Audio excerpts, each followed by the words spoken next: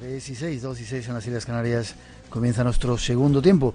Ayer teníamos un concurso, no nos dio tiempo a dar a los ganadores. Atentos, estos son los 5 ganadores de ese sorteo que teníamos ayer. José Rosa de Barcelona, María Mateos nos mandó un email, María Jesús Vega de Santa Cruz de Tenerife, no, Isla de la Palma, de la Isla de la Palma, Gustavo Vargas de Cantabria y Soledad Laspra de Albacete. Poneros en contacto con nosotros y os haremos llegar ese premio que ayer sorteábamos. Hoy tenemos también otro concurso, el teléfono 900-137-137. Hay 3 libros de este invitado que nos llega ahora, que habla de un lugar quizás de los más misteriosos que hay en Estados Unidos, el Área 51, escrito por David de Benito, y tenemos 2 posibilidades de que 4 personas vayan a ver la nueva actuación de Jorge Astiaro en Valencia. 900-137-137, por si queréis intervenir. Hay muchos temas esta noche en esta segunda hora esperando. Tras esa introducción nos vamos a Estados Unidos.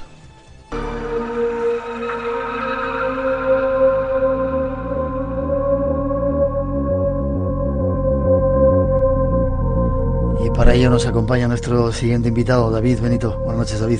Buenas noches, encantado de estar aquí con todos vosotros. Un placer que estés aquí con nosotros. Decir que eres técnico superior en realización de audiovisuales y espectáculos, pero llevas metido bastantes años en esta historia, ¿no? En este mundo de los misterios. Pues desde pequeñito, parece que me he salido los dientes en la radio, ha sido una de mis pasiones y más en el misterio. Ya te comentaba que pues desde muy pequeñito pues ya era un oyente de Espacio en Blanco. Espacio en Blanco. Con eso te lo digo todo. ¿Hacías un programa que se llamaba La Zona Oculta? La Zona Oculta, 7 años hemos estado haciendo el programa.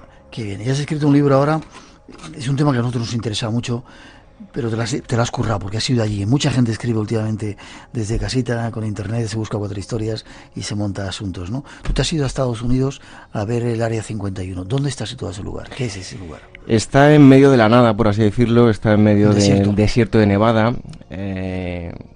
Tú bien decías que hoy en día se escriben muchísimos libros donde se aporta únicamente información recabada por internet, que está muy bien, pero bueno, yo creo que hay que intentar por lo menos visitar los lugares y acudir.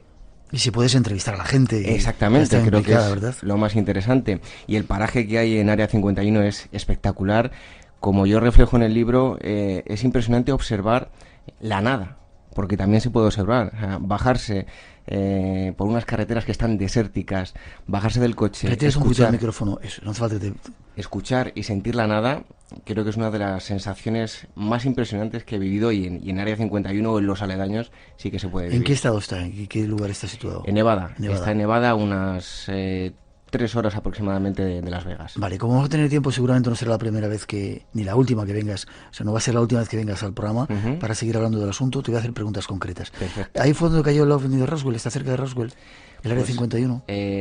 Roswell está en Nuevo México y Área 51 en Nevada, están con bastante separación. Sí, no tiene nada que ver una cosa con otra.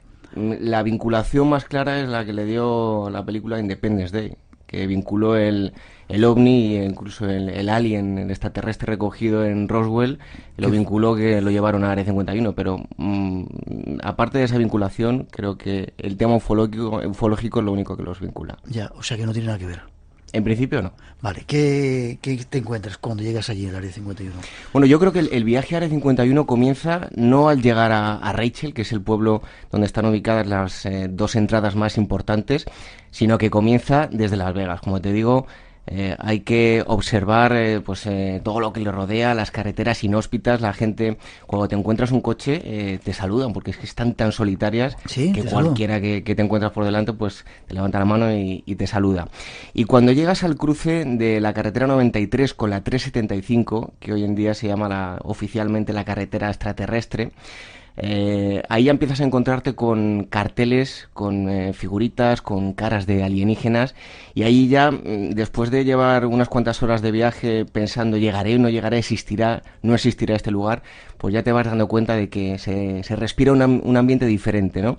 Y después, una vez que llegas a Rachel, pues ahí está el mítico bar, el Little Alien, que, bueno, aparte de ser un motel, bar, es un museo ufológico, es una visita guiada para cualquier amante de la ufología, y de ahí ya partes a lo que son las dos entradas, la entrada principal y la entrada norte a Área 51. Vale, ahora nos contarás algo más del Área 51. ¿Por qué se llama la carretera de los extraterrestres? ¿Porque ha habido muchos avistamientos? ¿Hay casos? ¿O es más que nada una leyenda comercial ya para atraer a la gente? Pues siempre ha habido historias, ¿no? Desde su creación en el año 1955, siempre ha habido leyendas en torno a las luces que se han visto sobrevolando el estado de Nevada y concretamente Groom Lake, que es donde está ubicado Área 51, pero el gran impulso fue la película Independence Day y la entrada en escena de los medios de comunicación de Bob Lazar en el año 1989. Eso fue lo que impulsó, porque no tenemos que olvidarnos que la 375 era la carretera menos habitada de todo Estados Unidos. Esto le dio un impulso tremendo, creció de forma impresionante el pueblo de Rachel, que es donde está muy cerca de las entradas, y bueno, pues hoy sí que ha habido hoy en día un descenso considerable incluso en las viviendas y las visitas, pero aquel momento, en el momento en el que se nombró, se designó de esta forma la carretera, sí que fue el momento de mayor esplendor. Ya. El Área 51, que es un lugar que no existe en el mapa, como decíamos en esa introducción. No existe en los mapas, aunque hace unos años el gobierno se vio obligado a reconocerlo. Hubo unas denuncias. Siempre, incluso desde su creación, tampoco lo han ocultado, pero a medida que fue creciendo el interés, pues tanto de aficionados a la ufología como turistas en general, tuvieron que ir ampliando la zona restringida porque vieron que había determinadas brechas que podía resquebrajar la seguridad nacional de Estados Unidos, así lo consideraban ellos. Por lo tanto, bueno, pues esa es exactamente la zona en la que ellos consideraban que bueno, pues estaba resquebrajado, y así fueron ampliando los límites. ¿Pero es una base secreta? ¿Qué es? Nació con el final de la Segunda Guerra Mundial, inicio de la Guerra Fría. Hubo una necesidad imperiosa por parte de Estados Unidos por saber exactamente de qué forma estaba armada la Unión Soviética. Hubo un intento, a pesar del miedo que tenía el presidente Eisenhower, de que de alguna forma pudiesen averiguar los soviéticos que estaban espiando su espacio aéreo, de tratar de firmar el Tratado de Cielos Abiertos. Nikita Khrushchev se negó a firmarlo, y esa fue la creación de una base donde en primer lugar se inició el desarrollo del avión espía U-2, y le siguieron pues aviones como el A-12 SR-71, F-117, el B-2. Son aviones míticos que se han desarrollado en Estados Unidos. Entra en contacto con nosotros 900-137-137. Espacio en Blanco, en Radio Nacional de España, con Miguel Blanco. Has nombrado a un individuo, Bob Lazar. ¿Quién es este colega? ¿Y qué tiene que ver con el Área 51? Aunque te insisto, vas a tener que venir varias veces a contarnos todo este follón. Bueno, pues muy breve, porque de hecho es el capítulo más largo del libro, son 70 páginas aproximadamente. Bob Lazar es un supuesto, y porque todavía no se ha podido demostrar, supuesto físico que en el año 1989, gracias a el contacto que tuvo con un polémico también ex agente de la CIA llamado John Lear, que le puso en contacto con un periodista llamado George Knapp, por aquel entonces en una televisión llamada Clash TV. Aparece en 1989 con el rostro tapado, afirmando que ha trabajado para Área 51, no exactamente en lo que conocemos las instalaciones que están en Groom Lake, sino unas más hacia el sur, hacia aproximadamente a unas 15 o 20 millas, que se llaman S4, el sector 4, y donde supuestamente él afirma haber trabajado, incluso visto documentos con platillos voladores. ¿Extraterrestres? Extraterrestres. Dijo que vio un hombrecillo, dependiendo a qué medio y a qué personas, dijo que era un extraterrestre o pensaba que podía ser un extraterrestre. Y bueno, básicamente esa es su historia muy, muy, muy resumida. Ya. contaba que había tenido contacto con todos ellos, ¿no? Y que incluso, no sé si son ciertas las informaciones, que de todo eso que se había metido en ese Área 51, Estados Unidos había desarrollado aviones basados en esa tecnología extraterrestre. ¿Te refieres a Bob Lazar? Sí. Sí, y básicamente estaban estudiando lo que eran los métodos de propulsión. Él incluso llegó a explicar el reactor que tenían esos platillos voladores, incluso habló del combustible. Funcionaba por medio de modificando la gravedad, y habló del elemento 115 que hoy por hoy en la Tierra se ha logrado conseguir, pero de una forma muy poco estable. Yo en el libro recurro a un científico, Alberto Casas, que ha trabajado en el acelerador de partículas de Ginebra, y nos viene a decir que hoy en día las declaraciones de Lazar, a lo mejor en el futuro pues nos sorprende, ¿no? Pero hoy por hoy suenan un poco a ciencia ficción. Ya. ¿Qué crees que hay de cierto después de tu experiencia en esa idea de que se ha desarrollado tecnología terrestre basada en tecnología extraterrestre y que se hacía en el Área 51? Yo sí que tengo que decir que he terminado el libro siendo un pelín más escéptico de lo que comencé. Sí. Lo que, si se ha desarrollado allí tecnología extraterrestre, si se ha estudiado, no lo sé. Lo que sí sé es que tiene una importancia vital que probablemente mucha gente no se lo dé, porque la Guerra Fría supuso algo realmente muy importante que probablemente la gente no lo valore como tal, pero la Unión Soviética y Estados Unidos tuvieron en sus manos prácticamente el destruir el mundo. Y allí tuvieron las armas para aniquilar el mundo y soltar, apretar 3 botones, soltar 2 o 3 bombas y dejarnos fritos a todos, ¿no? Por lo tanto, creo que la defensa de Estados Unidos, que se ha desarrollado allí, hay una tecnología tremenda. No sé si tiene un origen extraterrestre o no, pero dicen que está 50 años por delante de la que nosotros conocemos. He leído en el libro Proyecto Aurora. ¿Qué es eso del Proyecto Aurora? El Proyecto Aurora, según declaraciones oficiales, es la designación que ha podido recibir uno de los aviones, como puede ser el SR-71. También se ha especulado tremendamente sobre un avión que puede recorrer prácticamente el mundo en muy poquito tiempo, en 2 horas prácticamente. Sí, y con velocidades inimaginables. Pero realmente no se sabe nada a ciencia cierta de lo que es el Proyecto Aurora. Sí que ha habido muchas especulaciones, hay incluso prototipos que rondan, incluso por internet se pueden encontrar supuestas formas de esa nave, pero realmente no hay nada oficial. Sí que ha habido sonidos muy, muy extraños en el cielo, que incluso pues centros geológicos han determinado que no podían ser un transbordador espacial. Y bueno, hay cosas realmente misteriosas, pero no sabemos si ni siquiera ha existido el Proyecto Aurora, si va a existir y sigue. Y desde luego que hoy por hoy la información que hay en torno a Aurora es realmente confusa. Ya.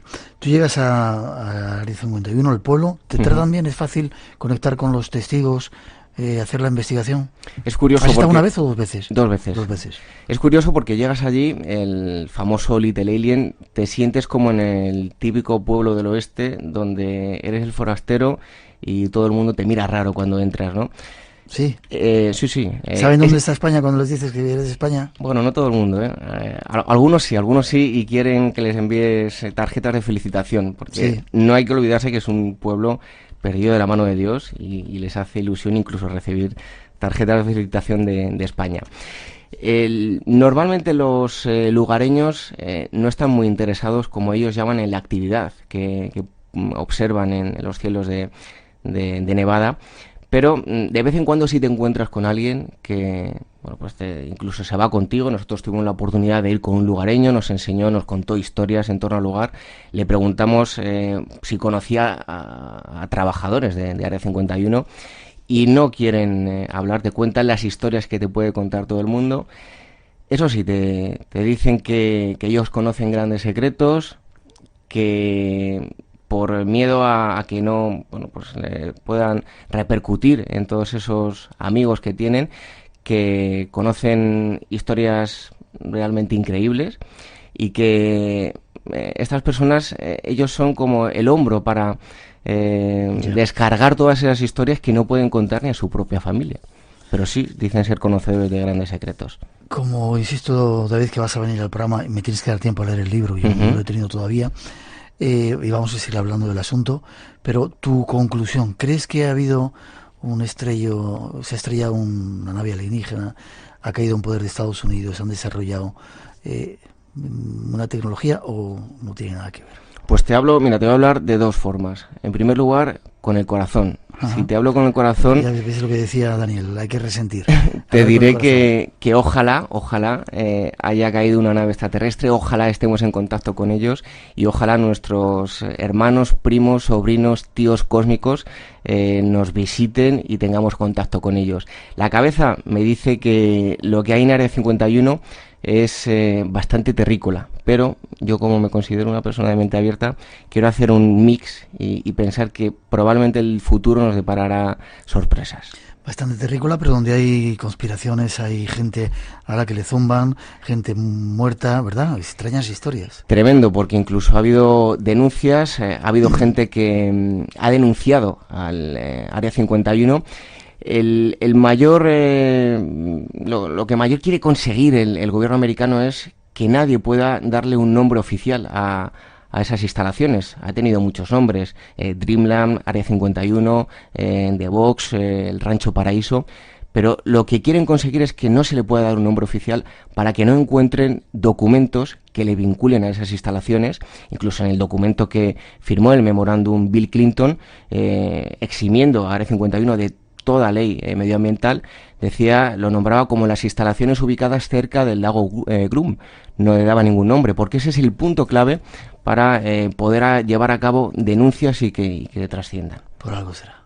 Sí, seguro. Y ha habido gente muy afectada, y en parte es una denuncia que yo hago en el libro, muy afectada a nivel de salud, y que no les han recompensado ni con una mínima parte económicamente.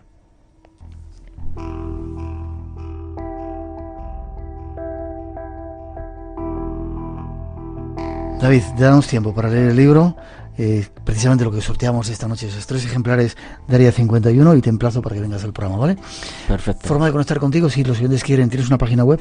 Muy fácil, davidbenito.com. Se acaba de inaugurar hace nada, muy chula, además, una semana. Muchas gracias. davidbenito.com. Gracias por haber venido al programa, espero que lo sigas escuchando y que sigas viniendo, ¿vale? Pues estaré aquí encantadísimo. Un placer para nosotros también. Un abrazo.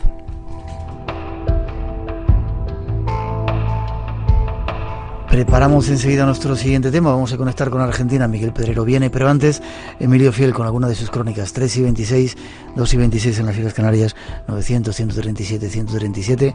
En un momento, cuando venga Miguel Pedrero, nos va a seguir hablando de su pasión, de los ovnis, que parece que están más cerca de lo que queremos.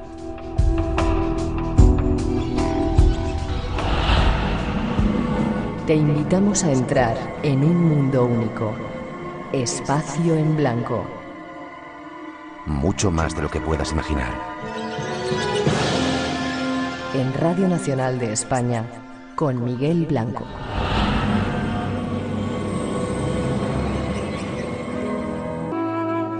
¿Has visto qué música tan bonita te hemos puesto, Emilio, para recibirte? Sí. Emilio Fiel, ¿cómo estás? Pues muy bien, muy bien. Feliz año antes de nada. Primer programa que hacemos después de todo este follón de las fiestas y toda esta historia. Sí. Y un gusto estar contigo de nuevo. También para mí. Espero que todo el mundo esté con las antenas bien levantadas. Sí, seguro que sí.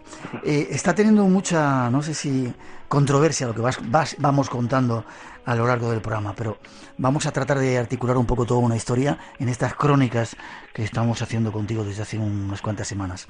Dime una cosita, 2011 ha empezado con un montón de historias, animales que se mueren, cientos de animales, miles de animales, un vórtice que dice que se ha abierto en el Yemen, extraterrestres que dice que van a aparecer por doquier, no extraterrestres buenos. ¿Qué pasa en el 2011? ¿Qué ocurre? ¿Cómo se está moviendo la energía? Sí. Bueno, la verdad es que en estos momentos ha habido cambios solares muy importantes y cambios en el campo magnético de la Tierra también esenciales.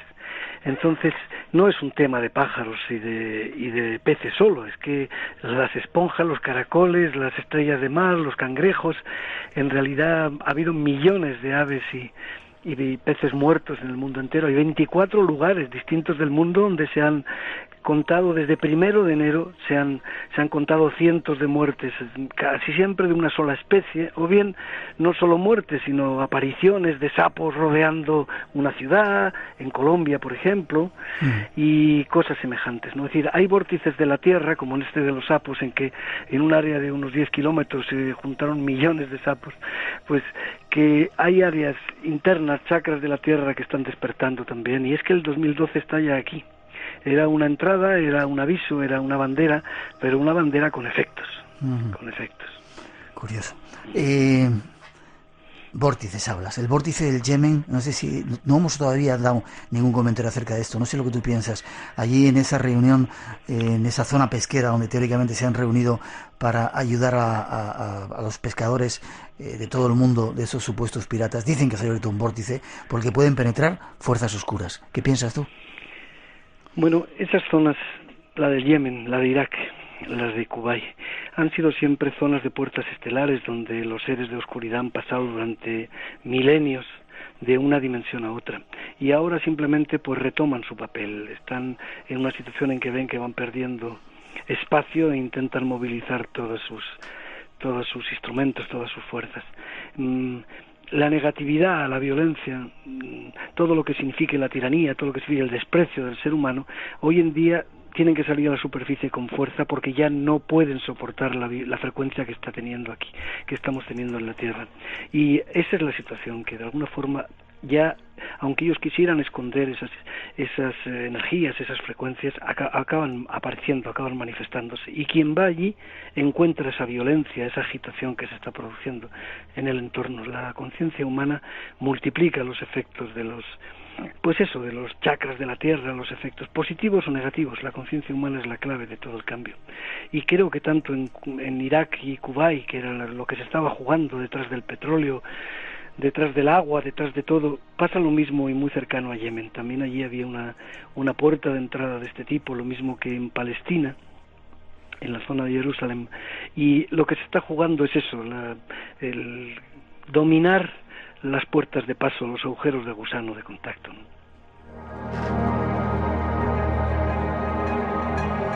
Alguna gente me ha pedido a mí personalmente si pudiera tratar de ir asentando conceptos contigo. Has dicho frecuencia. Ahí está llegando una frecuencia que va a ayudar al ser humano en este momento, por dejar ese término o ese concepto claro. Es decir, del Sol, de la galaxia, ¿llega algo que está o que puede ayudar al ser humano en ese cambio? Sí, sobre todo de nuestra estrella, del Sol. Ciertamente de Alcione al Sol y todo el cosmos. Es decir, lo que estamos jugando no lo estamos jugando solo para la Tierra. Se está jugando el abandonar la tercera dimensión de oscuridad como punto básico de referencia en la galaxia. Y eso significa que todo el mundo está con la mirada puesta en el lugar donde se juega la batalla, enviando sus aliados, enviando sus presencias, enviando sus emanaciones, y se está jugando sobre todo esta irradiación del Sol. Por eso en estos momentos, frente al Padre Sol, cada vez que lo miramos, cada vez que lo respiramos, lo digerimos dentro de nosotros, pues aumenta el nivel de luz de nuestras células, y eso es una parte esencial del cambio que tenemos que realizar. ¿Mirar al Sol? Mirar al Sol. Como hacíamos cuando éramos jóvenes, en la India, en otros lugares también se hacía, para ayudar a los niños a abrir su memoria, como con los fosfenos, girar como los derviches mirando al Sol, que el Sol realmente es la expresión del espíritu en la materia, y primero puede activar nuestros filamentos genéticos, segundo puede elevar el cociente de luz de las células, tercero puede disolver cualquier enfermedad, cuarto es la expresión del cuerpo luminoso que yo soy y que nos cuesta tanto asumir en nosotros mismos, y así continuamente, Helios y Vesta, Surya, Tonatiuh, Viracocha, Inti, pues son la expresión de un solo ser que está ahí presente, ¿no? La luz por excelencia, el que da sin pedir nada a cambio. Déjame que matice, no puede ser peligroso mirar al Sol, tendrá que hacerse bajo ciertas mínimas características, ¿no? Nunca ha sido peligroso, desde luego no miramos al Sol en los momentos en que, como dicen, los rayos UVA son más fuertes. Se mira al Sol al amanecer y al atardecer, pero vamos, que yo lo miraba durante horas hace muchos años y que sigo mirándolo, hoy mismo lo he mirado a la mañana.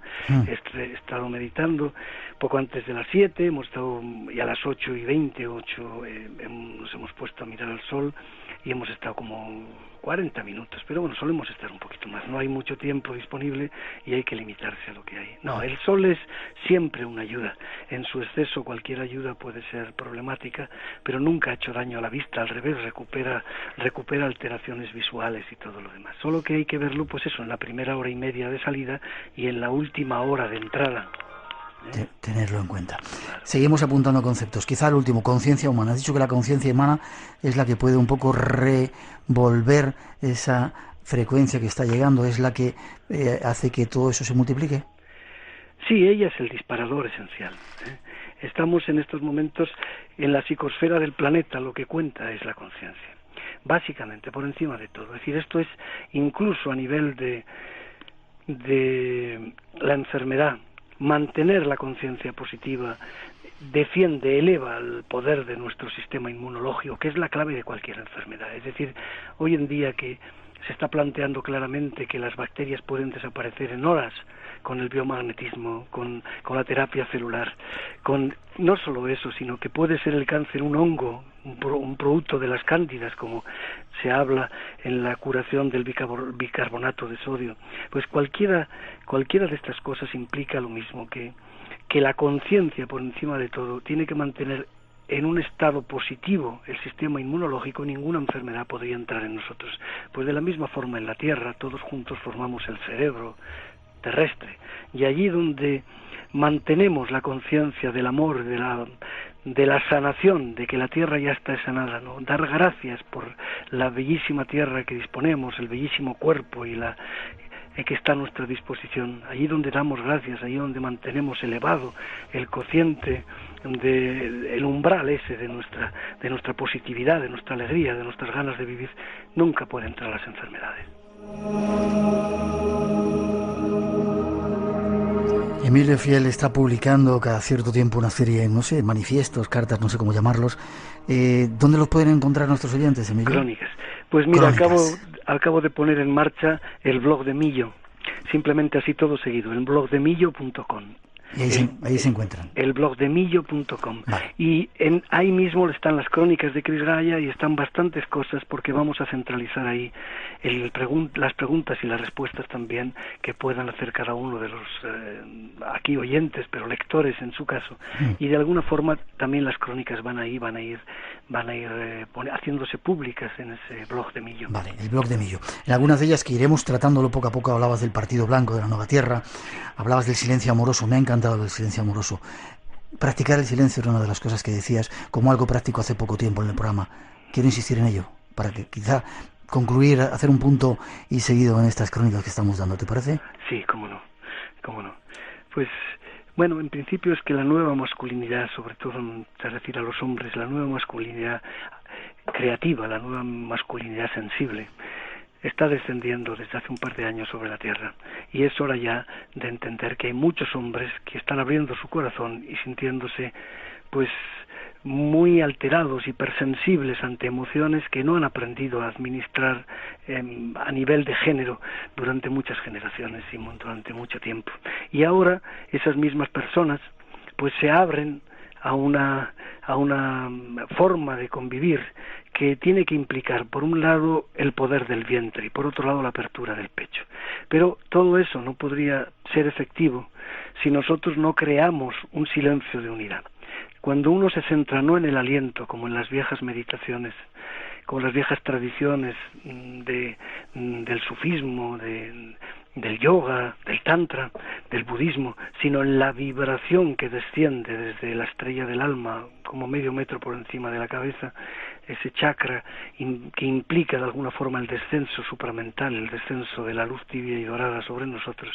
Cuando uno se centra en esa vibración, el silencio que se obtiene es infinitamente más fácil de mantenerse que cuando se está respirando, que se tarda meses en encontrar unos ratos de silencio. Entonces, entrando en contacto con esa vibración, además de que el silencio está presente, la unidad con todas las cosas también. Se centra ese descenso en el pecho, y el pecho es un lugar curiosamente complejo. Primero el área de la sede del alma, que está entre los omóplatos. Después la cruz templaria, que está ahí delante, encima de las tetillas, y entre la boca del estómago, que es el plexo solar, y la base de la garganta, entre las dos clavículas. Ese juego de esos 5 puntos, los 4 esquinas y el centro, más el área de los omóplatos, forman 6 puntos. El 7º es el loto del verdadero corazón que irradia. Es ahí donde hay que asentar el silencio. Y es relativamente fácil. Antes costaba un enorme esfuerzo, y ahora con muy poca práctica, las personas, cualquiera, aunque no tengan experiencias meditativas, pueden descansar ahí con facilidad. Eso sería un silencio amoroso que nos une a todas las cosas y que nos permite ver el pensamiento flotar delante de nosotros sin arrastrar o ser arrastrados por él. Un silencio, Millo, que es más poderoso que cualquier otro ruido del exterior. El único sonido que no es por flotación de objetos, ni que es el sonido anahat, el sonido sin sonido. Ese es lo que mantiene vivo el universo. Quizá esa sea la esencia del canto de las ballenas, que sostienen la vida, porque son los seres más evolucionados que han vivido siempre, que han existido siempre a nivel de conciencia multidimensional en nuestro planeta. Qué placer, Emilio. Seguiremos hablando. Queremos que esta sección sea sobre todo concreta, al Partido Blanco de la Nueva Tierra, de otro montón de historias para llevarlas a la práctica. Más información, el blog de millo.com. Gracias. Un abrazo muy fuerte a todos vosotros y especialmente, Miguel. A Paz también. Un abrazo. También para ti. Nos vemos pronto. Espacio en Blanco. Mucho más de lo que puedas imaginar con Miguel Blanco.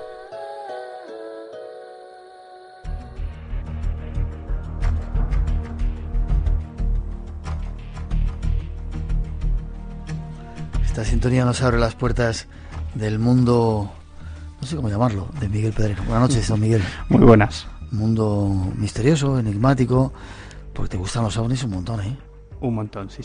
Creo que es el gran tema. Sí. Sí.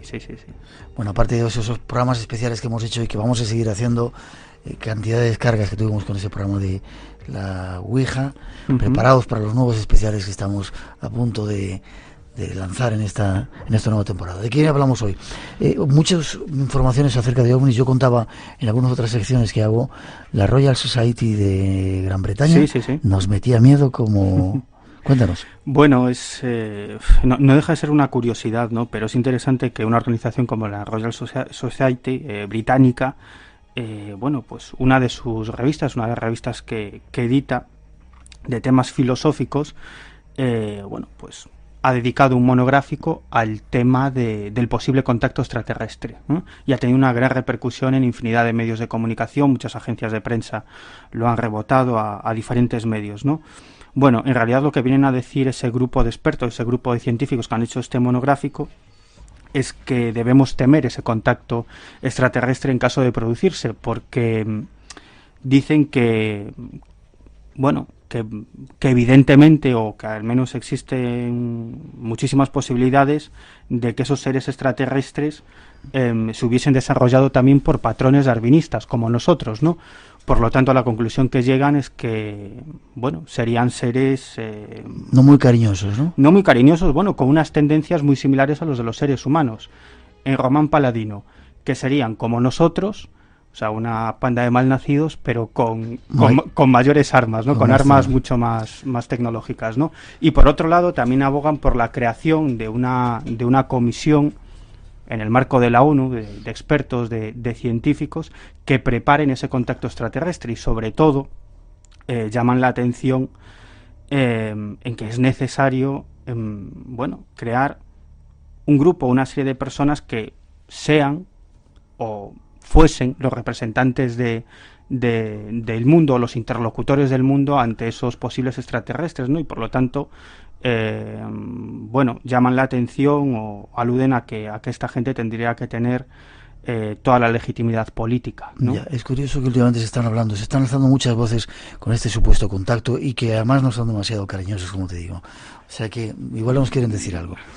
Wikileaks también lanzaba otra noticia, ¿no? Sí. Tenemos ahí una invitada ya en Argentina esperando. Comentábamos hace algunas semanas que Wikileaks, según ha comentado Julian Assange, el director de este portal que está dando a conocer todo este tipo de informes del Departamento de Estado norteamericano, pues según Assange había varios informes sobre ovnis. ovnis, ¿no? Acaba de salir uno de ellos que también tiene cierto interés, ¿no? Es una conversación entre un diplomático estadounidense en Rusia y un exdirector del KGB, ¿no? En este cable se transmiten muchas de las informaciones a las que aludió este exdirector del KGB, pero una de ellas tiene que ver con el tema OVNI y los fenómenos paranormales. Este exdirector del KGB, que lo fue entre el año 2007 y 2008, decía que en la época de la URSS, de la Unión Soviética, había suficiente dinero y medios para investigar todo tipo de fenómenos paranormales asociados al campo del espionaje y también al fenómeno OVNI, pero que actualmente en Rusia pues estos medios son muchos menores y el KGB casi ni se dedica a la investigación de estos temas. ¿Cuál es el interés? Bueno, un director del KGB afirmando que en el pasado, en la época de la Unión Soviética, se emplearon ingentes cantidades de dinero y de medios para investigar este tipo de temas. Qué curioso. Y por último, antes de irnos a Argentina, hay muchos ejércitos que están desclasificando. De hecho, vamos a hacer una parte, una sección del programa para hablar de todo ello, pero Nueva Zelanda. Es que esto es muy interesante porque, como tú dices, en los últimos 2-3 años, infinidad de naciones, infinidad de ejércitos de naciones de los 5 continentes han empezado a liberar todo tipo de informaciones sobre ovnis, ¿no? Y algunas de estas desclasificaciones, como dices, ya hablaremos en próximos programas porque son tremendamente interesantes. La Fuerza Aérea Británica, la Agencia Espacial Francesa, Brasil, muchísimos países que han liberado información, incluso el FBI y la CIA, que es algo de lo que nos ha hablado demasiado y que comentaremos en próximos programas. Nueva Zelanda, el ejército de Nueva Zelanda ha dado a conocer, según dicen ellos, toda la información sobre ovnis que tienen desde el año 1954 al 2009. Hay casos, informes de todo tipo, de encuentros aéreos, de pilotos civiles y militares, de encuentros cercanos y algunos casos tremendamente curiosos, como varios testigos. En uno de esos informes que han sido desclasificados se toma testimonio a varios testigos que afirman haber visto un objeto metálico en forma de cuenco que a pleno día cayó en un muelle en una ciudad neozelandesa y acabó aterrizando en un barco de investigación del gobierno de Nueva Zelanda. Este es uno de los informes que ampliaremos, si quieres, en próximos programas.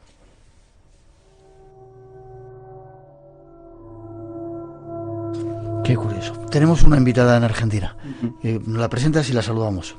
Bueno, Silvia Simondini, que es una de las referencias en lo que se refiere a la investigación OVNI en Argentina y que además ahora está llevando a cabo una serie de investigaciones sobre unos avistamientos, incluso encuentros cercanos con humanoides en la zona de Victoria, en Argentina, y además también está muy informada sobre algo muy importante que está sucediendo en Argentina relacionado con el fenómeno OVNI y el ámbito militar, y es que la Fuerza Aérea de Argentina está poniendo en marcha, está creando una comisión de investigación sobre el fenómeno OVNI, tal como ha declarado Mariano Mojaut, que es director de Relaciones Institucionales de la Fuerza Aérea Argentina, es decir, un grupo en el que participarán físicos, expertos en meteorología, militares, ingenieros, y cuya misión es precisamente la investigación de los ovnis. Vamos a saludarla. Silvia, buenas noches. Buenas noches, un placer saludarlos, lo mismo a los oyentes.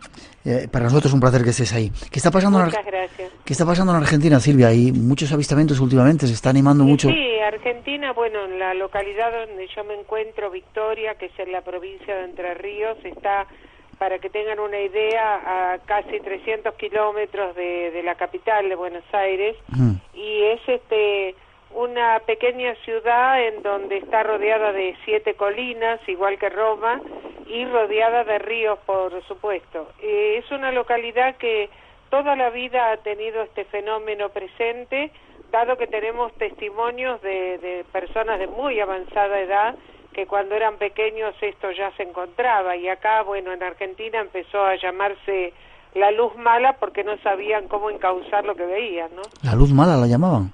La luz mala, sí. ¿Casos incluso? O sea, en todos los campos se hizo muy popular ese dicho porque En Argentina normalmente es un fenómeno que siempre estuvo presente y por lo tanto la gente de campo, ante el desconocimiento sobre todo de un fenómeno extraterrestre o cosa similar, empezaron a llamar luz mala unas cosas que no conocían y que andaban sobrevolando los campos, ¿no? Ya. Silvia, incluso casos de Miguel, bueno, casos incluso de contactos con humanoides muy claros. Sí, así es. En este último tiempo estamos bastante preocupadas porque todas las referencias dan como para pensar en el famoso chupacabra. El último testimonio que tuvimos hace unos 3-4 días, un taxista justamente que le contó el dueño de un criadero de cerdos, encontró a esta cosa enorme, dice, color negro muy oscura, montado prácticamente sobre un cerdo, tratando de matarlo. Este hombre le tiró tiros de escopeta, él dice que no falló, está convencido. Esta cosa saltó un paredón de 2 metros y desapareció sin haber sufrido aparentemente ningún tipo de daño. O sea, y este es el 6º, 7º testimonio que tenemos en el término de 15 días. Personas que no se conocen entre sí, visitantes de la localidad donde vivo, que no tienen nada que ver con la ciudad y sin embargo han vivido esta experiencia. ¿Tú has tenido alguna experiencia personal tuya? Sí, personal tuve muchísimas, desde hace muchos años, ya hace 20 años que estoy acá en Victoria, vine por este fenómeno, yo soy oriunda de Buenos Aires, toda mi vida viví ahí, y por este tema que se presentaba asiduamente acá en esta localidad, ante una experiencia muy grande que yo tuve en el sur de nuestro país, en Caleta, Olivia, me quise dedicar a esto y bueno, me radiqué acá en Victoria justamente para investigar. Aquí formé el equipo de Visión OVNI y bueno, hoy somos muchos integrantes, cada uno en su métier, tratando de dilucidar lo mejor posible y sobre todo en forma absolutamente responsable y científica todo lo que sucede con este fenómeno. Y volviendo un poco a los casos de los que estabas hablando, hay uno de los sucesos que has investigado que me llama muchísimo la atención. Sucede el miércoles 8 de diciembre de 2010, cuando 2 inspectores de la Dirección de Recursos Naturales se encuentran de noche también con un ser de aspecto bastante monstruoso, ¿no? Así es, exactamente ese fue el primer caso testimoniado, digamos, de esta cosa que está apareciendo. Lo más extraño es que esta gente, sin saberlo, cuando hace la definición de lo que ve, yo no sé si ustedes, acá llegó ese nombre, una película que se llamó La Llegada, que las articulaciones, por ejemplo, de las rodillas, no son como las nuestras, que articulan hacia adelante, sino hacia atrás, lo que permite hacerlas saltar. Es lo que más le llamó la atención a estos inspectores de recursos naturales. Ellos estaban haciendo una inspección nocturna por la zona del balneario, del camping de acá de Victoria, justamente porque hay veda de pesca y van de noche los pescadores a sacar piezas que no tienen el tamaño permitido, digamos, ¿no? Bueno, así que todas las noches ellos están en esta inspección y se encontraron con esto, que realmente el padre del muchacho que lo vio, que es uno de los inspectores, lo dibujó tal cual le dijo y a mí me llamó la atención porque es exactamente igual que el personaje de la película La Llegada. Qué curioso. Silvia. Que trabaja Martin Sheen, creo que trabaja. A punto de despedirte, ¿crees que estamos cercanos a un contacto con estos seres? Yo creo que sí, que pienso sobre todo que este año vamos a tener grandes respuestas y confirmaciones de los poderes que han ocultado permanentemente y durante tanta cantidad de años. Hay algo que se está cocinando y que uno como que lo está palpando, ¿no es cierto? De golpe, asiduamente, están viniendo informaciones a las que nunca hemos tenido acceso y de golpe nos tenemos que enterar absolutamente de cosas que ni soñábamos a estas alturas. Así que realmente estamos súper contentos de que comenzamos el año con la declaración oficial de la Fuerza Aérea Argentina, en donde se va a crear una comisión de investigación para que nosotros podamos tener la seguridad de que exista una investigación responsable, seria, científica, donde nadie va a poder dudar, ya que esto se oficializa. Y los medios, que siempre se han burlado de estas cosas y de los investigadores, y bueno, van a tener que tomar más seriamente el tema, dado que ya al oficializarse se van a dar cuenta que nadie pierde el tiempo por algo que no existe, ¿no? Miguel. Sí, bueno, yo quería preguntarte, Silvia, ¿por qué? ¿Por qué en este momento la Fuerza Aérea decide crear esta comisión de investigación OVNI? Bueno, Quizás... yo creo que fue algo que gestamos nosotros desde nuestro equipo. Les explico por qué. Un día el comodoro Guillermo Tealdi hizo un comentario al pasar en un programa de un canal de cable de aire acá en Argentina, y comentó de que la Fuerza Aérea podría estar pensando en formar una comisión para esta investigación ante la pregunta de una periodista. Nosotros que escuchamos esto, lo tomamos como una declaración veraz y cierta, lo publicamos en nuestra página web, y no sé qué pasó, créanme que no sabemos realmente qué fue lo que pasó. Lo tomaron las agencias de noticias de tal manera, Telan entre ellos y otras agencias, se dispersó por el mundo como reguero de pólvora, y 126 medios que nos llamaron a nosotros también llamó a la Fuerza Aérea. Por lo tanto, se vieron obligados a declararlo totalmente en forma oficial. Y esto lo hizo Mariano Moljau, justamente, que es el vocero de prensa de Fuerza Aérea Argentina.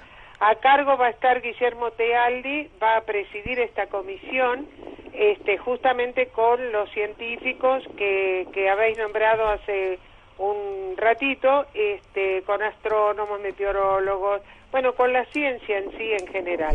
Y evidentemente algunos investigadores civiles van a tener participación, dado que con nosotros ya se han comunicado. Silvia, nos alegramos un montón de ello. ¿Forma de conectar? ¿Tenés alguna página web? Sí, nuestra página web es www.visionovni.com.ar. O sea, ahí se van a dar cuenta todos los trabajos que realizamos, inclusive de mutilación de ganado, donde está ocurriendo muchísimo en nuestro país, y acabamos de subir justamente en nuestra página web todas las luces que últimamente, en estos últimos días, estamos filmando y fotografiando. Gracias por tu aportación, ya sabes dónde estamos en contacto, ¿te parece? Bueno, estoy a disposición, les agradezco muchísimo esta posibilidad, un cariño grande a todos los oyentes y muy feliz de haber estado en vuestro programa. También para ti, cariño, y un beso grande. Igualmente, un beso para todos. Gracias. Buenas noches. Gracias, Miguel, por este personaje. Seguiremos, sobre todo con esa desclasificación y tratando de aclarar toda esa gran cantidad de cosas que parece algunos gobiernos no sé. Y sobre todo la gran cantidad de procesos de desclasificación que o bien se han producido en estos últimos años o bien están abiertos en todos los países del mundo. A mí me cuesta creer que esto sea una simple casualidad. Y con esa fuerza, cuando son las 3:06, 2:06 en las Islas Canarias, regresa al espacio en blanco. 900-137-137 nuestro teléfono, multitud de llamadas, de quejas, sugerencias, se están acordando a veces de tu familia y otras cosas, pero estamos tratando de dar una visión diferente, estudiada, muy investigada por Manuel Carballal, y hay todavía algo más que queremos contaros tras esa introducción. Se especula que acabaron suicidándose, ya que durante las reuniones Castaneda hablaba repetidamente de quitarse la vida en grupo. Pero, ¿qué queda de Castaneda? Para muchos, aunque irreal, el mensaje de Castaneda está bellamente narrado. Los primeros libros con Don Juan han servido como método de inspiración a incontables personas a lo largo de los años. Hay quienes creen a pie juntillas que las experiencias de Castaneda son reales de principio a fin y las defienden con fanatismo. Y también están aquellos que las atacan con igual vehemencia.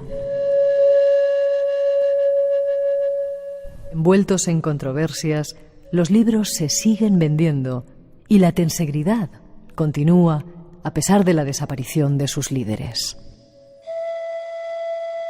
Ahí hemos hecho un resumen un poco de este camino. Carlos Castaneda murió de cáncer.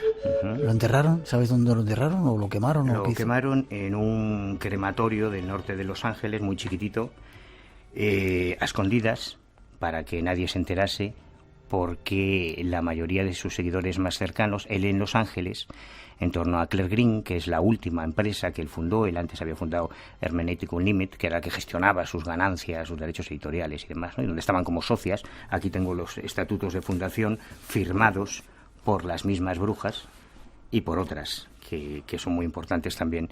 Entonces ocultaron que había muerto. A los seguidores más cercanos se les dijo que estaba retirado porque... Joder, tantas cosas. Este es un libro importante.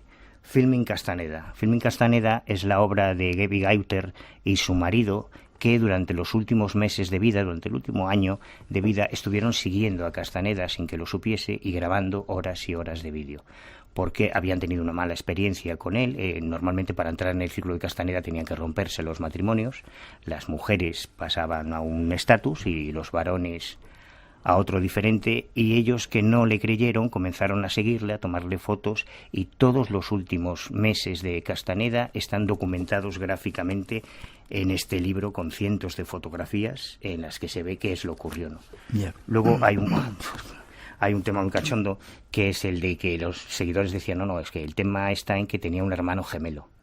Otro día te hablo de esto. Este documento tan grueso es un informe grafocrítico que yo encargué a un perito judicial amigo mío para demostrar si realmente existieron dos Castanedas o existió uno solo. Teníamos una muestra caligráfica de las cartas que enviaba su hermana Lucy, que es una mujer encantadora, y los autógrafos y los documentos oficiales de su empresa para peritarlos. Pero ¿Y son diferentes? No, es el mismo, solo hubo un Castaneda. Vale. No hubo un Déjame para terminar ahora de las brujas. ¿Se suicidaron muchas de ellas? ¿Desaparecieron?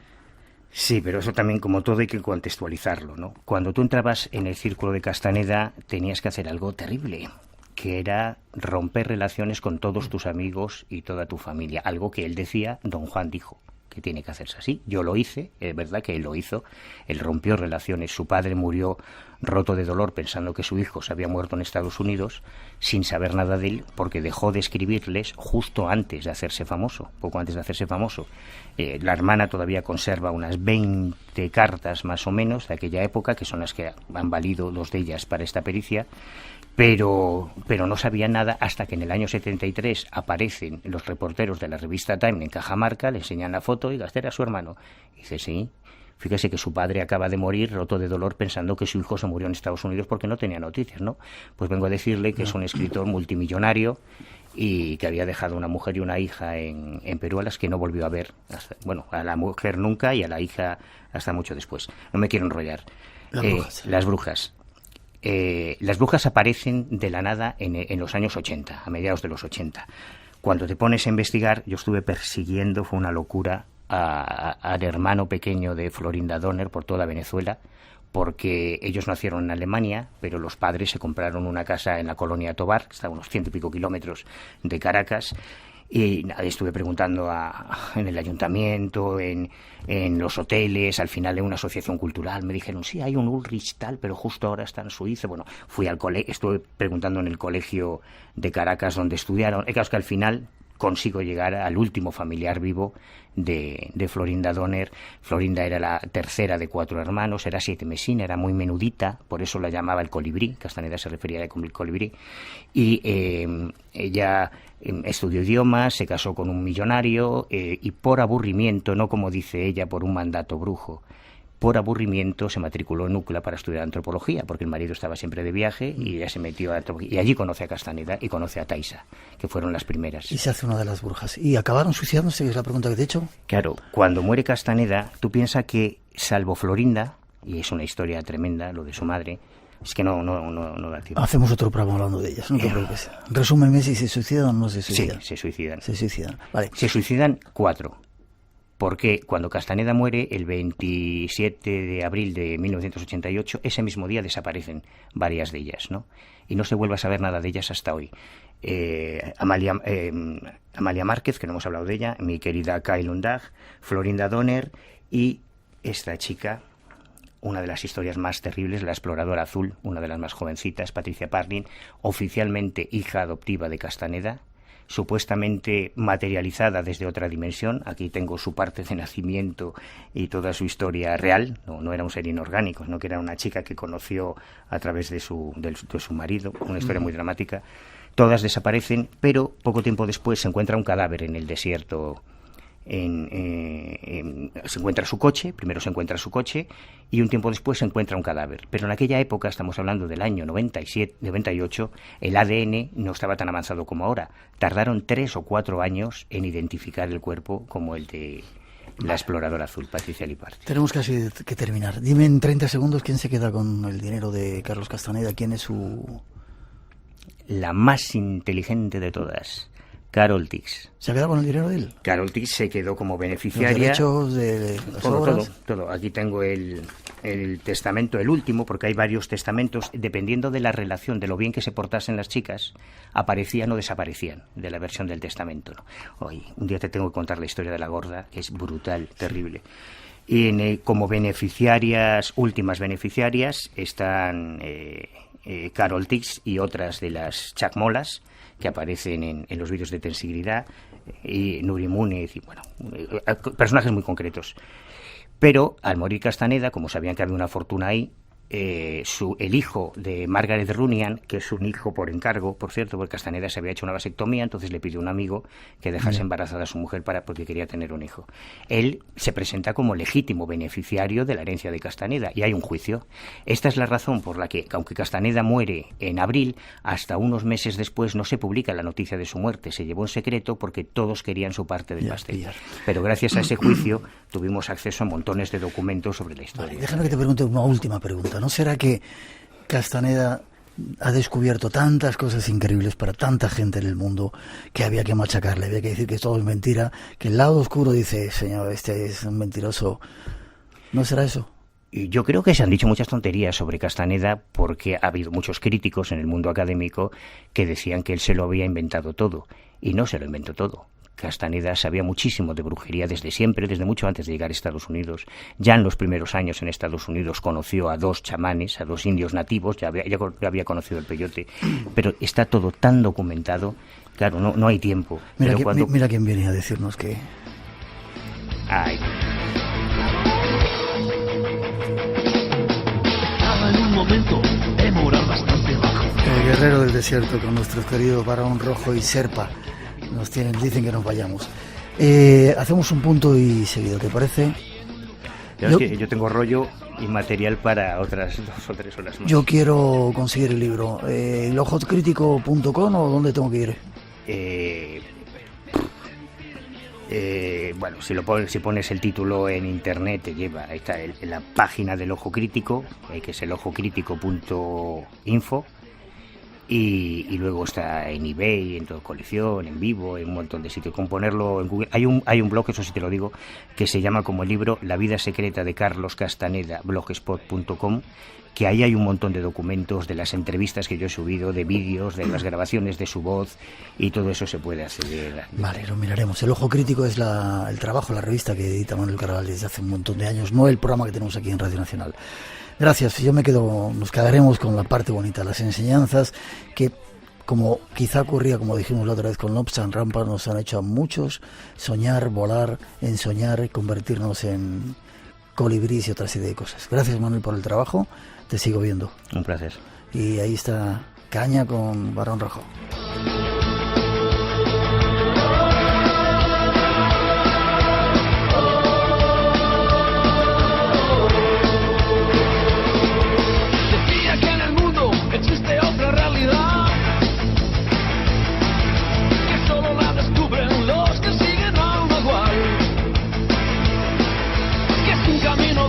De disciplina y soledad, pero que el premio es alcanzar la inmortalidad. Espacio en blanco. Creamos universos sonoros para viajar y soñar hacia el más allá. Con Miguel Blanco, en Radio Nacional de España.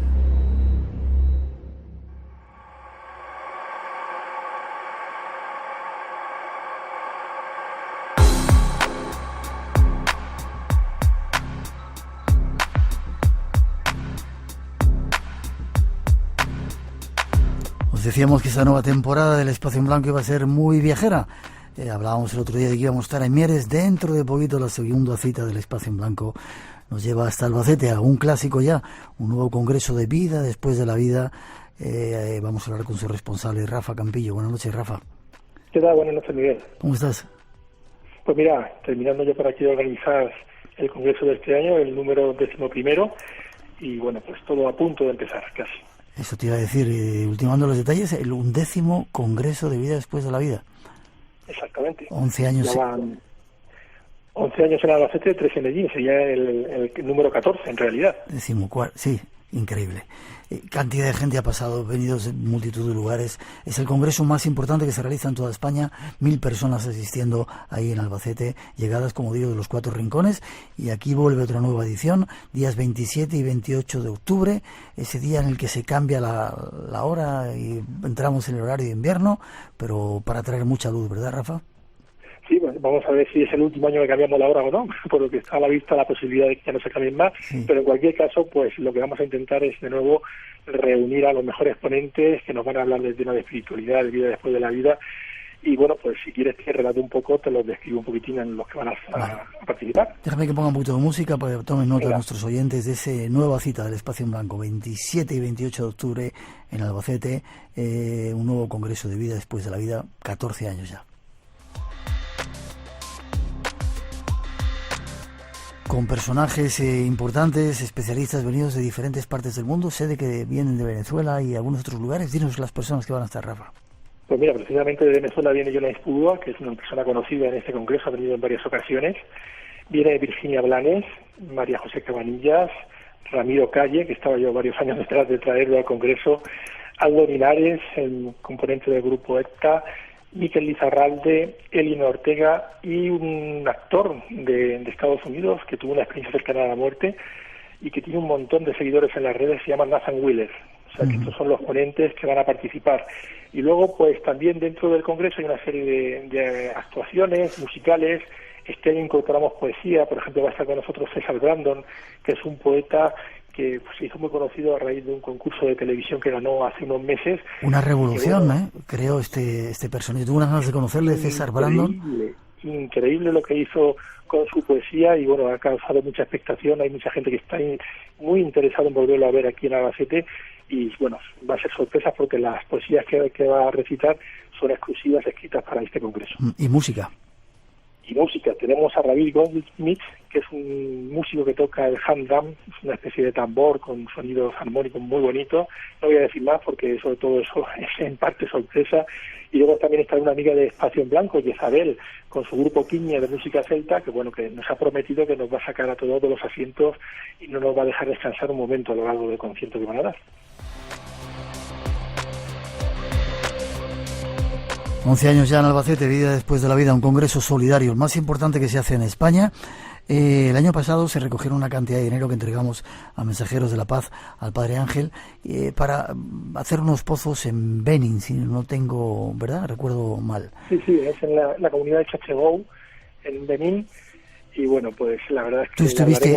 Tú estuviste viendo allí, ¿no? Ese resultado del dinero, ¿no? Y del misterio. Estuve este verano y te puedo asegurar que la experiencia fue increíble. Mira que hemos viajado por muchos sitios, yo he viajado contigo también, pero este viaje ha colmado todas las expectativas, o sea, es una cosa increíble. Porque realmente parecía que no tenía importancia, ¿no?, el hecho de hacer unos pozos o hacer una canalización de agua, pero cuando llegas allí ves que te recibe todo un pueblo, que hacen un día de fiesta y que te dicen que después de 50 años, Miguel, 50 años las mujeres y los niños recogiendo el agua a varios kilómetros todos los días, después de 50 años van a tener la oportunidad de tener el agua a las puertas de sus casas. Eso es increíble. ¿Cómo puede cambiar la vida así?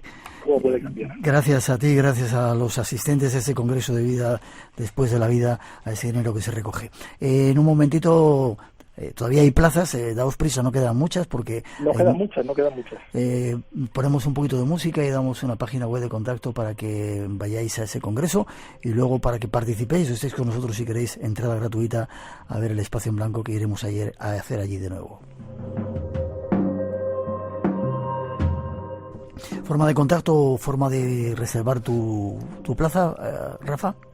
Sí, pues a través de internet, en la página web del Congreso, que es www.vidadespuesdelavida.es, hay un apartado que pone inscripciones, aparece el plano del patio de butacas, veréis que quedan ya poquitas, alrededor de unas 200 de las 1000, y bueno, pues yo espero completar todas las plazas para poder seguir ayudando a estas personas que están viviendo de una manera bastante precaria en Benín. Seguro que sí. Y así también que estará con nosotros el Padre Ángel, como todos los años, que eso también es muy importante, y este año vendrá acompañado también de don Federico Mayor Zaragoza. Entonces, bueno, hay sorpresas también que no voy a nombrar, como el año pasado, y bueno, estoy convencido que vamos a pasar un fin de semana muy agradable y sobre todo muy solidario. Una cita ineludible, Albacete, 27 y 28 de octubre, www.vidadespuesdelavida.es, ahí tenéis toda la información.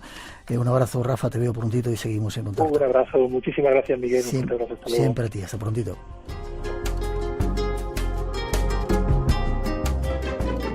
La fuerza de Radio Nacional. Hay demasiado tráfico, coches, ruidos, contaminación acústica. Contaminación, estrés y enfermedades es a lo que se enfrentan diariamente millones de ciudadanos de las grandes ciudades del mundo. Futuro Abierto, con Tato Puerto. Los expertos nos dicen que poco a poco las tecnologías limpias sustituirán a las sucias. Esta semana en Futuro Abierto hablamos de movilidad sostenible. Futuro Abierto, los domingos a las 6 de la mañana. Un saludo para todos los oyentes de Espacio en Blanco, desde la Selva Lacandona, en Chiapas, México. Así suena por la noche.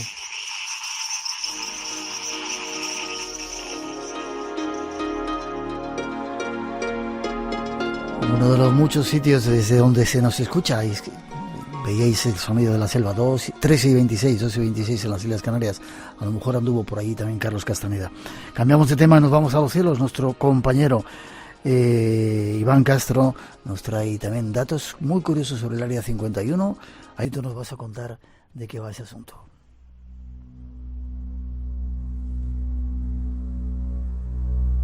...2013 agosto, la CIA se lanza, como dices aquí, a la piscina, confirmando la existencia de instalaciones militares, ¿no? Qué curiosa esta información.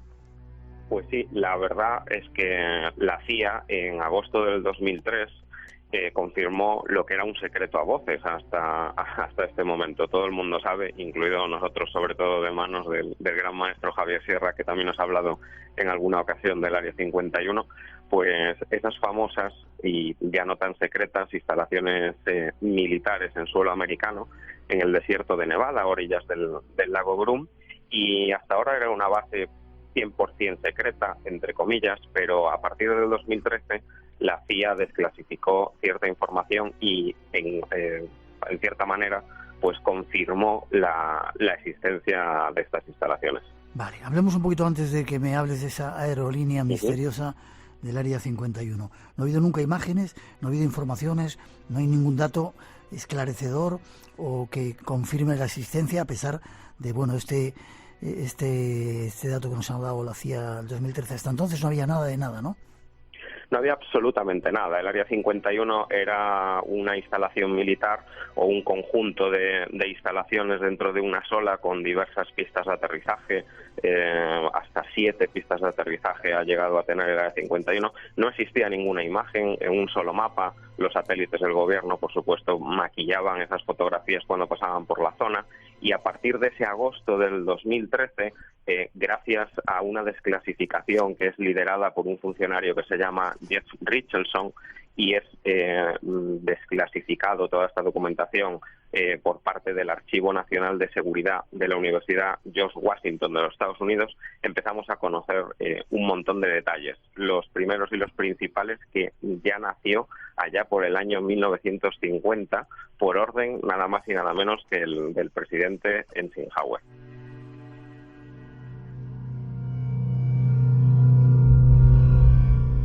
Y al parecer, Iván, según se ha sabido ahora, de aquí salieron un montón de aviones y proyectos secretos, como el avión espía U-2, ¿no? Hay un montón de proyectos secretos que han nacido bajo la sombra del Área 51. Hay 2 o 3 muy famosos. El más famoso, sin lugar a dudas, ha sido el avión espía, el U-2. Nació ese proyecto en 1955 fue un proyecto en conjunto de la CIA y de las Fuerzas Aéreas de los Estados Unidos, y era un avión que en su momento pues incluso fue protagonista de muchas historias de avistamientos OVNI y de conspiración de avistamientos OVNI, porque era un avión que hasta ese momento había conseguido el récord de altitud, más de 20 kilómetros de altitud había llegado a alcanzar, y esas luces que hasta ahora eran un poco desconocidas, etcétera, al verlas en los cielos se confundían con avistamientos OVNI.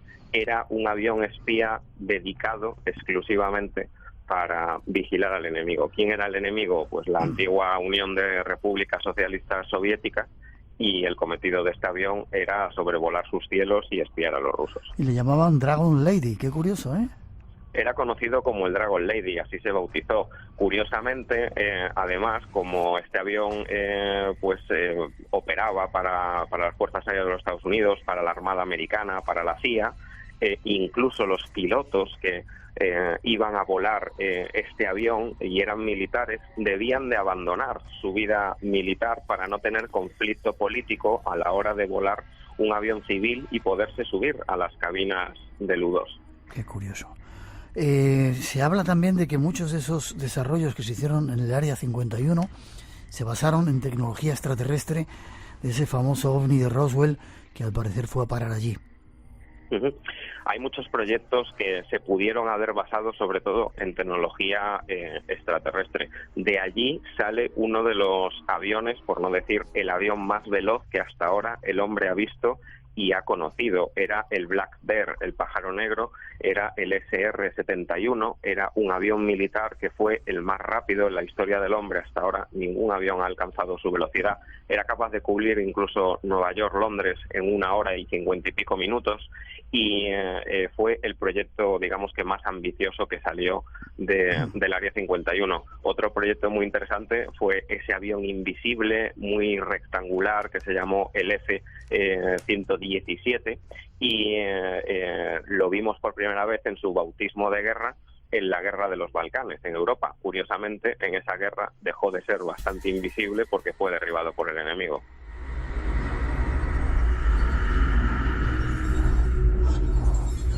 Estos son los datos de ese lugar secreto Área 51 que ha desvelado la CIA, desveló en agosto de 2013 su existencia. Supongo que trabajará mucha gente allí, ¿no? La verdad es que sí, trabaja un montón de gente en cuanto a funcionarios, trabajadores, contratistas, etcétera, y se nos ocurría pues la pregunta normal y con sentido común de que ¿cómo va esta gente a trabajar y vuelven a su casa? Debido a que en el Área 51 no hay absolutamente ningún tipo de vivienda para trabajadores que no sean militares, que estén basados precisamente allí. Y claro, pues igual que tú y yo, a veces habremos cogido el bus, el metro, un taxi para volver a casa o para ir al trabajo, pero la pregunta es ¿cómo van los funcionarios y los trabajadores cada día al Área 51? ¿Y cómo van, Iván? Pues es muy fácil. Ellos parten todos, absolutamente todo el personal que trabaja en estas instalaciones secretas, diariamente salen del Aeropuerto Internacional McCarran de Las Vegas. Lo llevan haciendo ya desde los años 70. Y claro, alguien tiene que llevarlos, por supuesto, en avión. Nació una aerolínea secreta de la CIA, manejada por la CIA, que se le bautizó, no oficialmente, porque no es un nombre oficial, ni mucho menos, como Janet Airlines. Janet Airlines es la aerolínea oficial, entre comillas, que opera desde Las Vegas, McCarran, al Área 51, ida y vuelta todos los días, y es la encargada de transportar a sus trabajadores. Pero la verdad es que tiene muchas curiosidades.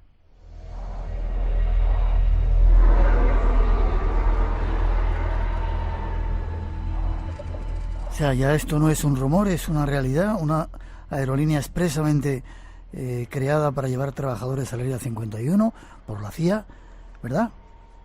Así es, existe, opera, vuela, está confirmada su existencia. Tenemos multitud de fotografías de sus aviones. Tiene una flota de 11 aviones. Ellos manejan los aviones Boeing 737, manejan varios turbohélices pequeños, tienen 6 Boeing 737 comprados curiosamente a Air China, y el resto son turbohélices pequeños de la marca Beechcraft, Beechcraft 200 y Beechcraft 1900, uno de esos modelos precisamente pues el que estaba operando yo en las ambulancias aéreas, un avión muy versátil para pistas cortas también, etcétera.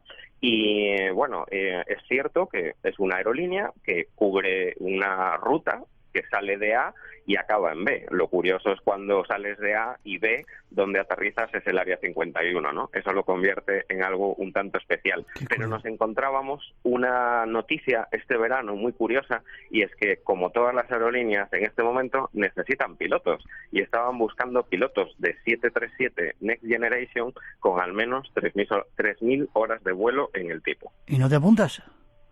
No me apunto porque no lo he volado nunca, ni tengo esas 3.000 horas de vuelo en el avión, pero no descartes que algún día podamos echar el currículum y tengamos un enviado especial de Espacio en Blanco dentro del Área 51. Ya me gustaría.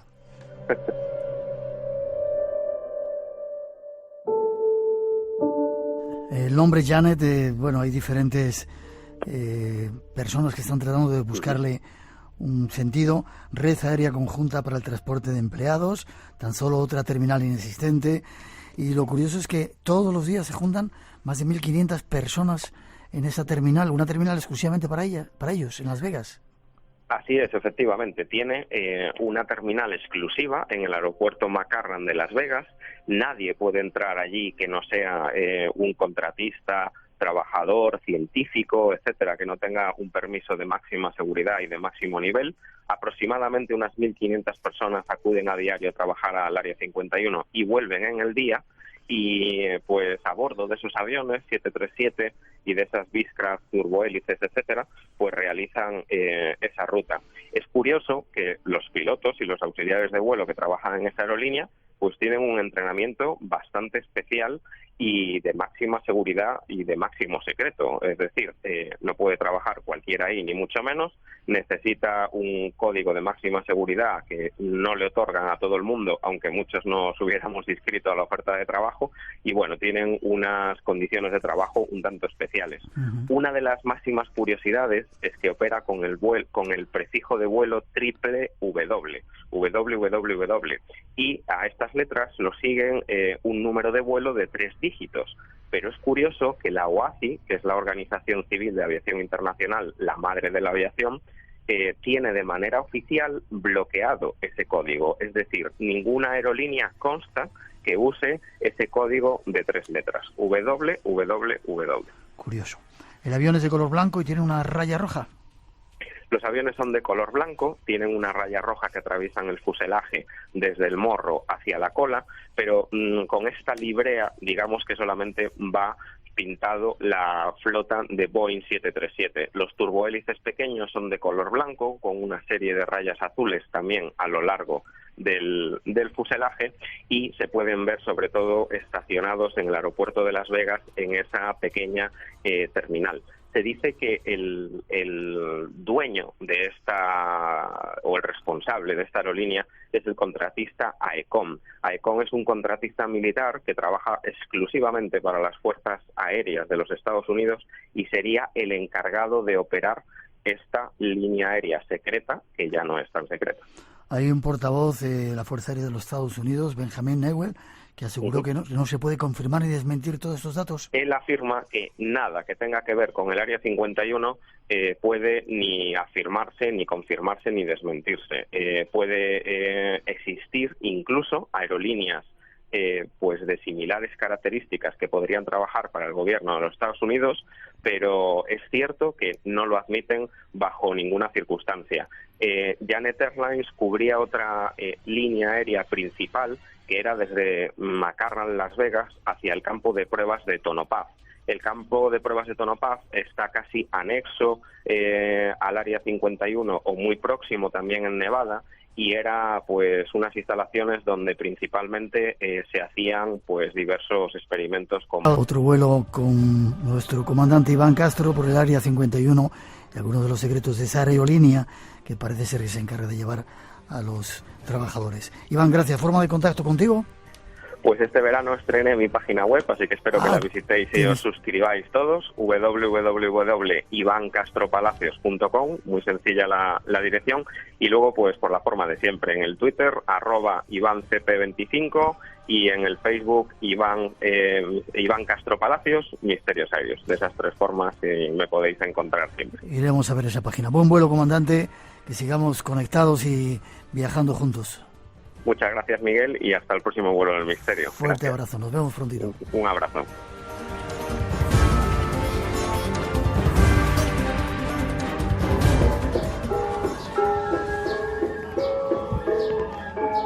Hola, ¿cómo estamos? Soy Eladio y este es el sonido que hay en el templo Penglipurán desde la maravillosa isla de Bali. Un abrazo muy cordial y un saludo para todos los oyentes de Espacio en Blanco. Sigue el misterio en Espacio en Blanco con Miguel Blanco. La madrugada del sábado al domingo a las 2 en Radio Nacional de España. Buenas noches, don Miguel. A ti te gusta estar siempre en el Espacio en Blanco, ¿eh?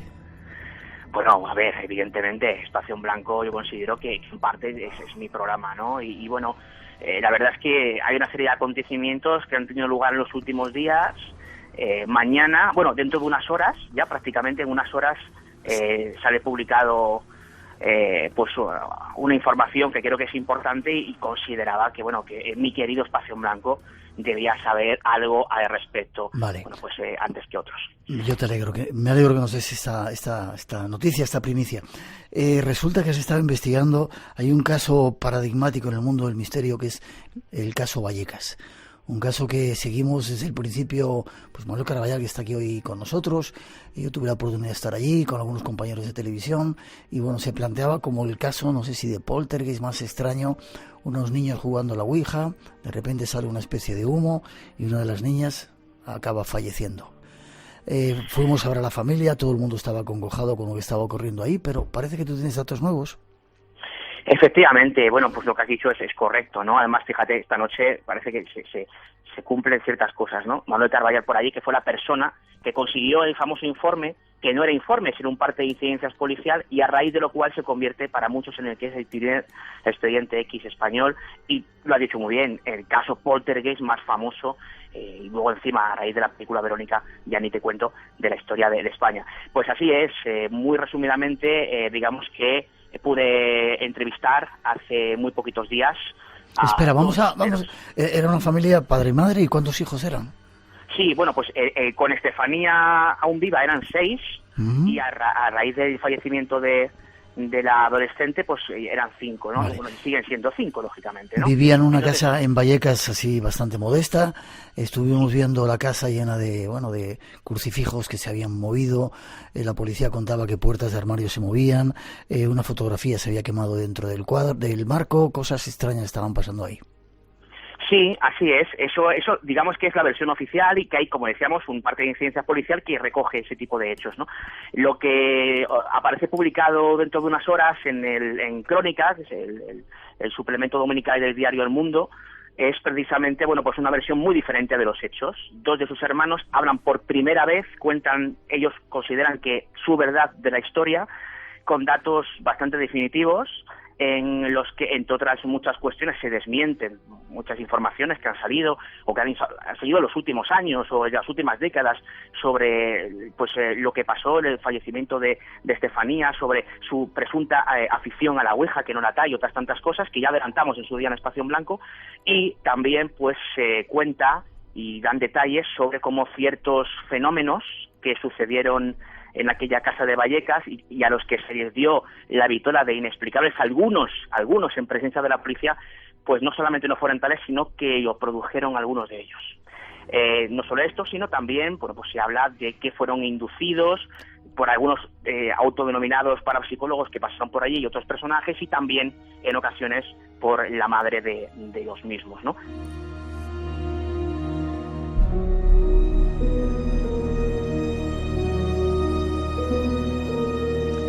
inducidos por algunas personas, incluso por miembros de la familia, para que se produjeran fenómenos extraños dentro de la casa y poder continuar con el fenómeno? Sí, en un caso, hay un episodio concreto, mira, te lo voy a contar en exclusiva para Espacio en Blanco, antes de que salga en ningún sitio, ¿no? Hay un hecho que se sucede, como decía, con la presencia policial. Hay dos hechos que ve la policía. Uno de ellos es un armario que se abre, y lo recordarán seguramente muchos oyentes del programa, y otro de ellos es un extraño y sordo sonido que proviene de la terraza cuando están en el salón. Bueno, pues lo que se cuenta es que uno de los hermanos, aleccionado por su madre, pues cogió, se metió en un balcón contiguo a la terraza que tenían, cogió una piedra del salón y desde el balcón la tiró a la terraza. Ese sonido que hace al chocar contra una parte metálica de la terraza es lo que escuchan los policías. Cuando yo le preguntaba que por qué hacían esto, bueno, pues él me decía que se lo pidieron para, entre otras cosas, aumentar aún más la fenomenología con la presencia policial. Y este chaval, ¿por qué hace esto? En aquella época tenía 16 años, se llama Ricardo. Pues lo hace, entre otras muchas cosas, y en ello abundamos en el reportaje de Crónica al Mundo, por una situación familiar muy complicada, muy delicada, y que, bueno, pues hizo que cuando se produjeron los fenómenos y se les pedía que exagerasen o que mintieran, ellos no pudieran negarse por miedo pues a posibles represalias de alguno de sus propios familiares.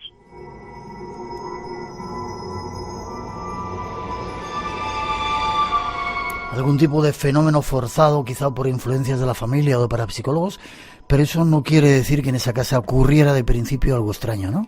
¿O sí? ¿Nos lo vas a contar después? Bueno, yo sí que tengo que decir, Miguel, y voy un poco en tu línea, ¿no? Lo que hay que aclarar y dejar muy claro es que esta es la versión de dos de los hermanos. Aquí ellos mismos lo dicen en el reportaje y se cuenta, ¿no? Y lo contaremos en Espacio en Blanco. Ellos dicen que ellos que en ningún momento acusan a nadie de mentir de su familia. Ellos cuentan lo que han vivido, o en este caso lo que no han vivido, y lo comparten con nosotros, ¿no? Y nos explican esa situación compleja y complicada que propició y que hizo entender, o hace entender mucho mejor a los lectores, en este caso también a los oyentes, que aquello que se estaba produciendo en la casa de Vallecas era fruto de una experiencia más humana, más compleja, que lo que tiene que ver con esos presuntos fenómenos extraños. Vale, la versión de dos de los hijos, los que hemos tenido la suerte o la fortuna o la desgracia de pasar por esa casa, era terrible. Hablaremos de ello, ¿te parece? Hablaremos de ello, traeremos sus voces y bueno, pues podremos escuchar aquí en Espacio en Blanco precisamente esa historia, tal y como nos gusta, Miguel, en esta suerte de sección que hago de vez en cuando, con las voces de sus protagonistas directos. No lo decimos nosotros, lo dicen ellos. ¿Y quién lo dice? Pues las personas que vivieron directamente. Hay secretos que han vivido ocultos miles de años. Oscuros enigmas. Conócelos en Espacio en Blanco, en Radio Nacional de España, con Miguel Blanco.